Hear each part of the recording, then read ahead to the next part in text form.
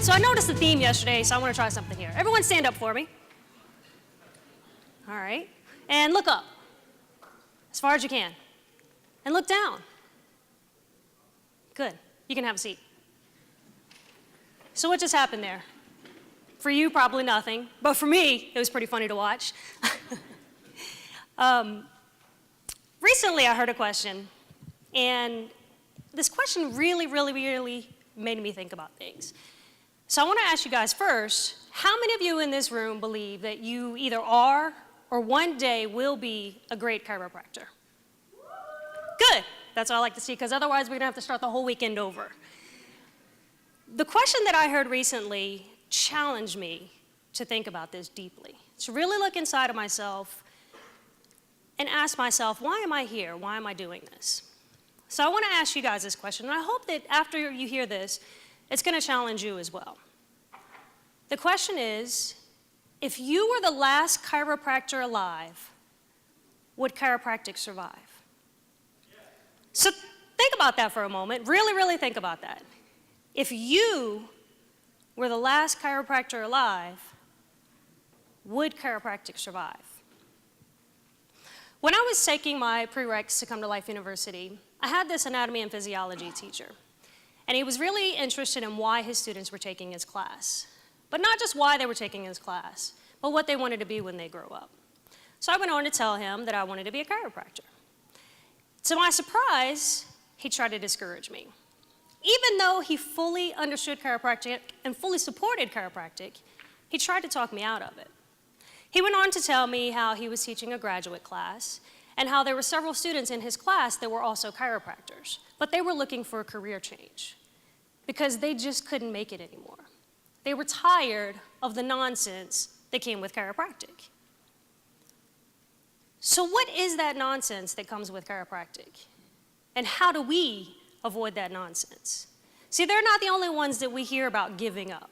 We hear stories all the time of chiropractors who just quit because they don't want to put up with it anymore. In fact, I heard there's a seminar downstairs. I don't know if any of you heard this. There's a seminar going on right downstairs of chiropractors and lawyers who are trying to find ways to get over on insurance companies because that's their last leg.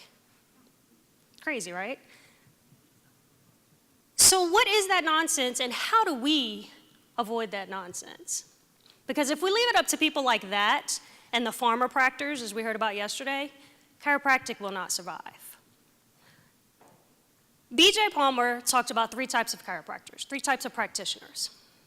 The first one being the minority, who held high and lofty respect for his profession, for their profession, and themselves. The second, who even though they're in practice, could care less if chiropractic lived or died. And the third, who cared even less than the second. So what makes that first group so different? And why are they the minority? We see people like Billy DeMoss, who has the biggest chiropractic event today, or Dr. Sharon Gorman, who encourages all of us students to continue to talk the tick, or even the chiropractor I used to work for back home, who may not be a public speaker, but she is changing lives every day in her community. We can look at these chiropractors and we can easily say, if they were the last chiropractor alive, chiropractic would survive. But what about me? What about you? We're told all the time to do what you love what you do. And is that it? Is loving what you do going to make chiropractic survive? Is it that something, or as we called it this weekend, you're something, that's going to keep chiropractic alive? Is it adjusting 100 people a day? See, these are just some of the questions that I've been asking myself recently, and I've been going around in my head. And somewhere in that battle, I realized that that wasn't the questions I should be asking myself. The real question is, what am I doing for chiropractic?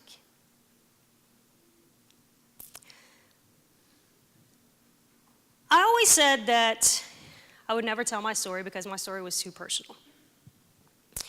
But I realize now that it's my story, my why, that's going to keep chiropractic alive for me. See, as I started to look at some of these speakers, I realized that they all had one thing in common. Well, let me take that back. Some of them have other things in common, but being a little nutty just kind of comes with the profession. Hopefully we'll all be nuts too one day. But the one major thing that they all have in common is passion. Passion to give, do, love, and serve. Passion to change lives. Passion to keep chiropractic alive. And it's my story that gives me my passion. So it all started when I was a little kid.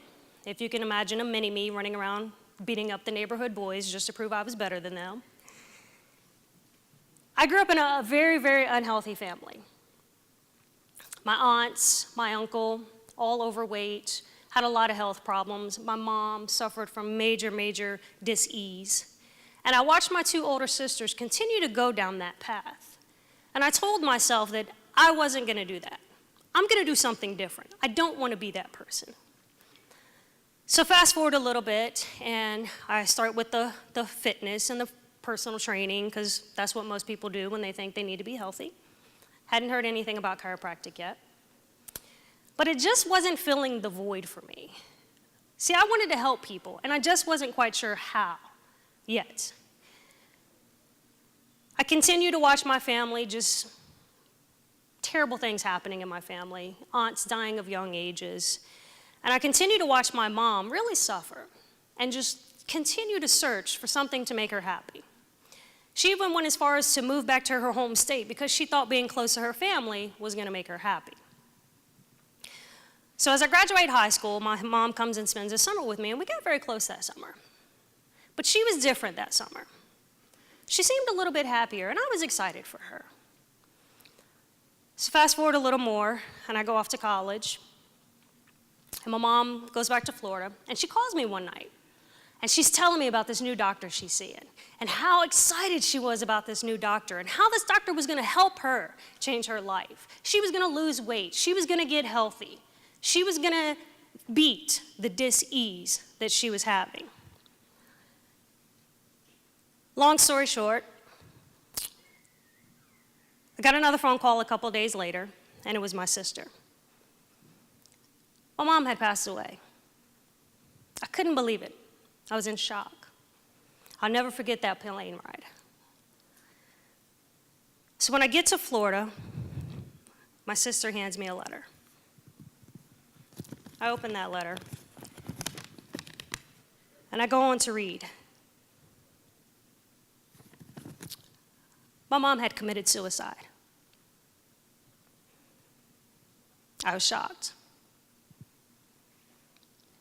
And as painful it is now for me to stand here and say this and tell you all this story, I know that that's what my calling is. My calling is to help people. It's to change lives. It's to give people life that they don't have.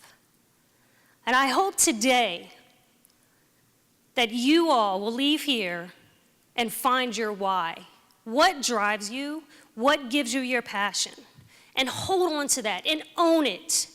And never stop asking yourself, if I were the last chiropractor alive, would chiropractic survive? Thank you.